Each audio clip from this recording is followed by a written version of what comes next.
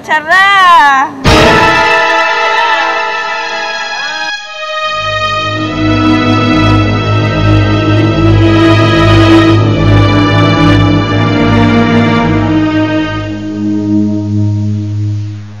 क्या गरीब होना कोई गुनाह है? क्या मुझे अपने ही बेटे की लाश के पोस्टमार्टम का 20 दिनों से इसीलिए इंतजार है क्योंकि मैं गरीब हूँ?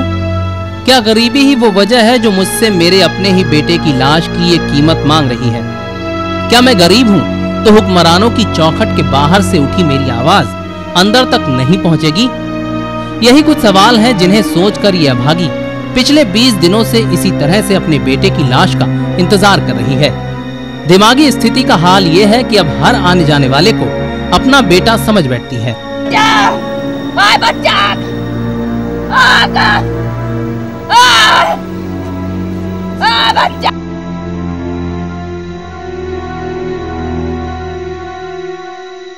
उन्नाव से राजनीति की नगरी तक ये अपने बेटे के इलाज की उम्मीद लेकर पहुंची। बेटा ठीक होने लगा, लेकिन न जाने किस बात पर राजन भगत अस्पताल के डॉक्टर इससे नाराज हो गए और शुरू हो गया उनकी बेरुखी का सिलसिला।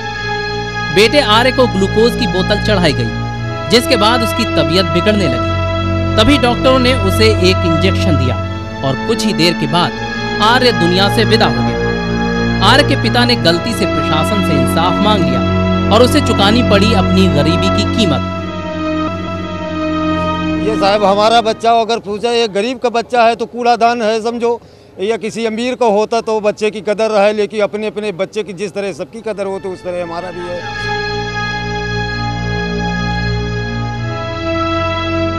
20 फरवरी को आर्य की मौत हुई और उसके बाद से उसके माँ बाप कभी अस्पताल, कभी पुलिस तो कभी सरकारी दफ्तरों के चक्कर काटते रहे। 18 दिनों के बाद जाकर आर्य की लाश के पोस्टमार्टम के ऑर्डर किए गए, लेकिन तब तक आर्य के पिता का पूरा विश्वास राजधानी के डॉक्टरों और प्रशासन से उठ चुका था। इतना सब होने के बाद अगर ये बेचारा दिल्ली से बाहर के डॉक्टरों से अपने बेटे का पोस्टमार्टम करवाना चाहता है तो भला गलत भी क्या है, लेकिन सरकार के लिए ये बचने का बहाना है। उनके चाहने से तो नहीं होता ना। जो हमने बोर्ड बनाया है, जो उसमें पढ़े लिखे डॉक्टर हैं, फॉरेंसिक मेडिसिन के एक्सपर्ट हैं और वो काबिल डॉक्टर हैं। बहुत हजारों पोस्टमार्टम दिल्ली में होते हैं, सिर्फ एक तो पोस्टमार्टम नहीं हो रहा।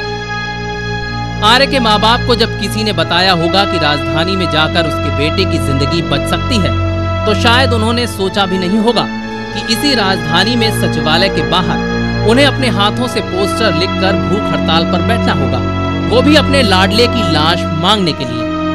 पंकज भारद्वाज, सिटी हलचल, दिल्ली।